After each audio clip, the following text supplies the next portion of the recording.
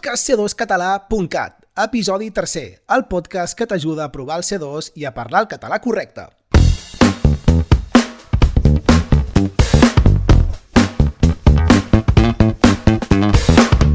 Sovint, quan treballem, especialment si ho fem en equip, fem servir dades.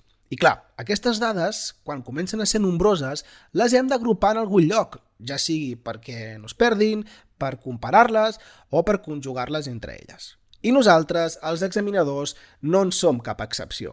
Per exemple, quan estem avaluant una exposició oral, necessitem un lloc on anar prenent nota d'allò que va dient la persona que s'examina. Aquí faig un petit parèntesi, un petit consell.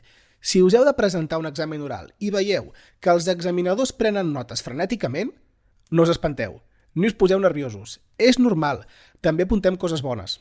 Bé, la qüestió, recordo un dia fent un claustre de professors on justament tractàvem aquest tema.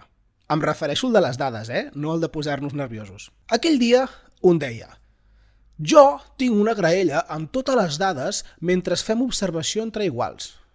Un altre deia: ostres, jo també faig servir una graella que dono als alumnes i així, si fan coavaluació, els és més fàcil. Sí, les graelles van d'allò més bé, confirmava un altre. Jo, que tinc tendència a visualitzar les coses, no me'n podia estar de veure totes aquelles dades coent-se a la brasa. Què? Dades a la brasa, estareu pensant? Sí, a la brasa. I és per això que no em vaig poder estar de dir: ostres, arribo a saber que feien barbacoa i porto botifarres del poble, que en són de bones. Em van mirar tots amb cara de sorpresa. Les graelles són per coure carn, companys. Imagino que voleu dir taules.